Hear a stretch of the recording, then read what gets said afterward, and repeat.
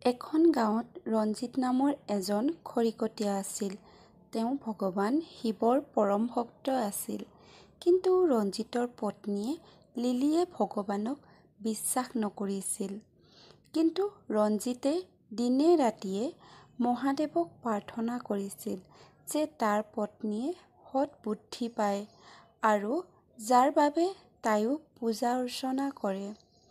ৰঞ্জিতে পুৱা সোনকালে উঠি পূজা পাঠ কৰি খৰি কাটিবলৈ হাবিলৈ যায় আৰু তাৰ পাছত সেই খৰিকে বজাৰত বিক্ৰী কৰিছিল আৰু যি খৰি থাকি যায় সেয়া সেই ঘৰলৈ ঘূৰাই লৈ আহিছিল। তেতিয়া ৰঞ্জিতৰ পত্নীয়ে খৰি মুঠাৰ পৰা এডাল খৰি আনি লুকুৱাই ৰাখিছিল।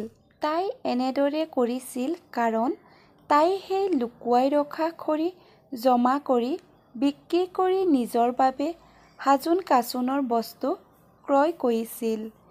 এদিন ৰঞ্জিত হাবিলৈ যোৱাৰ পাছত লিলিয়ে তাই লুকুৱাই ৰখা খৰি মুঠাটো লৈ বজাৰলৈ বুলি আগবাঢ়িল। বজাৰলৈ যোৱা বাটতে এটা শিৱ মন্দিৰ পায়। সেইদিনা বহু লোক গোট খাই আছিল। তেতিয়া তাৰে এজনক লিলিয়ে সোধাত গম পালে আজি সোমবাৰৰ বাবে সকলো ভক্তই ভোলানাথক অভিষেক কৰিবলৈ একগোট হৈছে। তাকে শুনি লিলি বজাৰলৈ আগবাঢ়িল। তাই মন্দিৰলৈ নগ'লেও আৰু মন্দিৰৰ ফালে চাই ভগৱানক সেৱাও নজনালে।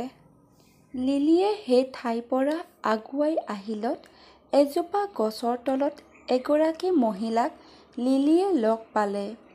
সেই মহিলাগৰাকীয়ে লিলিক মাত দিলে আৰু ক'লে, ভণ্টি, তুমি মোক কিছু পইচা দিব পাৰিবা?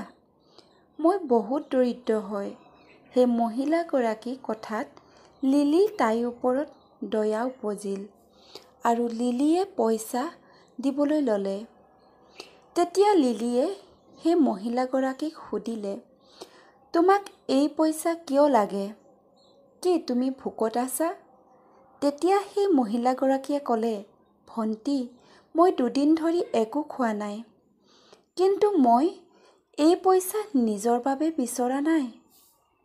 মই এই পইচাৰে পূজা সামগ্ৰী ক্ৰয় কৰি মন্দিৰলৈ গৈ ভগৱান শিৱক পূজা অৰ্চনা কৰিমগৈ আৰু ইয়াৰ পুণ্য ফল তুমিও পাবা। তেতিয়া লিলিয়ে ক'লে, ভগৱান শিৱই তোমাক এই অৱস্থা কৰিলে আৰু তুমি নিজৰ ভোক আঁতৰোৱা ঠাইত ওলোটাই তেওঁক পূজা কৰিয়ে পইচা খৰচ কৰিব বিচাৰিছা। তেতিয়া সেই মহিলাগৰাকীয়ে লিলিক ক'লে, ভণ্টি, এয়া মোৰ কৰ্মফল যি মই পাইছোঁ। মইতো মোৰ আহিবলগীয়া দিন আৰু নিজৰ পূৰ্ণজন্মক সফল কৰিবৰ বাবে ভগৱান শিৱৰ প্ৰাৰ্থনা কৰিব বিচাৰোঁ। যদি মহাদেৱ প্ৰসন্ন হৈ যায় তেতিয়া এই জনমৰ কি আহিবলগীয়া 7টা জনমৰ কষ্ট দূৰ হৈ যাব। তেতিয়া লিলিয়ে হাঁহি মাৰি ক'লে, এই সকলোবোৰ মিছা কথা হয়। এই জন্মৰ কষ্ট দূৰ কৰিবলৈ হ'লে প্ৰথমে আহাৰ গ্ৰহণ কৰা, তাৰ পিছত কিছু কাম কৰা, পূজা পাঠ একো নাই। তেতিয়া সেই মহিলাগৰাকীয়ে ক'লে, ভণ্টি, মই এসময়ত বহুত ধনী ঘৰৰ ছোৱালী আছিলোঁ আৰু বহু ধনী ঘৰত মোৰ বিয়া হৈছিল, য'ত দিনে ৰাতিয়ে কাম কৰা লোকে মোক সেৱা কৰিছিল। এদিনাখন এগৰাকী কাম কৰা বায়ে সোমবাৰৰ ব্ৰত কৰি মোৰ বাবে প্ৰসাদ লৈ আহিছিল। কিন্তু মই অহংকাৰত তাইৰ প্ৰসাদ পেলাই দিলোঁ, যাৰ দ্বাৰা মহাদেৱ ৰুষ্ট হৈ পৰিল আৰু ঘৰখনত যিমান ধন ধান আছিল সেয়া চোৰে লৈ গ'ল আৰু ইয়াৰোপৰি মোৰ স্বামী অসুস্থ হৈ পৰিল। সেইবাবে মই তোমাৰ পৰা পইচা খুজি মহাদেৱৰ পূজা কৰিব বিচাৰিছোঁ। লিলি এই কথাবোৰ শুনি তাই দুচকুৱে দুধাৰি বৈ আহিল। তেতিয়া লিলিয়ে সেই মহিলাগৰাকীক ক'লে, ভণ্টি, তুমি মোৰ চকু খুলি দিলা। মোৰ স্বামীয়ে মোক সদায় পূজা অৰ্চনা কৰিবলৈ কয়, কিন্তু মই তেওঁৰ কথা শুনা নাছিলোঁ। কিন্তু যেতিয়া এদিন ভোলানাথৰ নিৰাদৰ কৰি তোমাৰ এই অৱস্থা হ'ল, তেতিয়া মোৰ কি হ'ব? মোক সদায়ে মোৰ স্বামীয়ে মহাদেৱৰ পূজা অৰ্চনা কৰিবলৈ কয়। তেতিয়া লৰালৰিকৈ লিলিয়ে কান্দি কান্দি ঘৰলৈ আহিল আৰু পূজা সামগ্ৰী লৈ শিৱ মন্দিৰলৈ গ'ল আৰু মন্দিৰলৈ গৈ মহাদেৱৰ পূজা অৰ্চনা কৰিলে আৰু সোমবাৰৰ ব্ৰত কৰিলে আৰু মন্দিৰৰ পৰা আহি তাই সকলো কথা লিলিয়ে তাইৰ স্বামীক ক'লে। তেতিয়া ৰঞ্জিতে ক'লে, হে বাবা, আপুনি মোৰ প্ৰাৰ্থনা শুনিলে আৰু মোৰ পত্নীক সৎবুদ্ধি দিলে।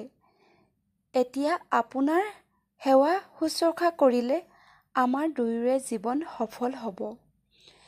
লিলিয়ে সেইদিন ধৰি প্ৰতি সোমবাৰে ব্ৰত পালন কৰিবলৈ ধৰিলে আৰু দিনে ৰাতিয়ে নিজৰ স্বামীৰ লগত মহাদেৱৰ ভজন কৰিছিল। ইয়াৰ দ্বাৰা প্ৰসন্ন হৈ মহাদেৱে তেওঁলোকৰ সপোনত দেখা দি ক'লে, তোমালোকৰ ভক্ত দ্বাৰা মই বহুত প্ৰসন্ন হৈছোঁ। সেইবাবে আজিৰ পৰা তোমালোকৰ সকলো কষ্ট দূৰ হ'ব। এয়া কৈয়ে মহাদেৱ অন্তৰ্ধান হ'ল। পুৱা যেতিয়া দুয়োৰে চকু খোল খালে, তেতিয়া ঘৰখনত অন্ন বস্ত্ৰৰে ভৰপূৰ হৈ পৰিছিল। তেতিয়া দুয়োৰে শিৱ মন্দিৰলৈ গৈ মহাদেৱৰ ওচৰত মূৰ দোৱাই সেৱা কৰিলে। তাৰ পাছত সেই ধনেৰে ৰঞ্জিতে এখন দোকানো খুলিলে।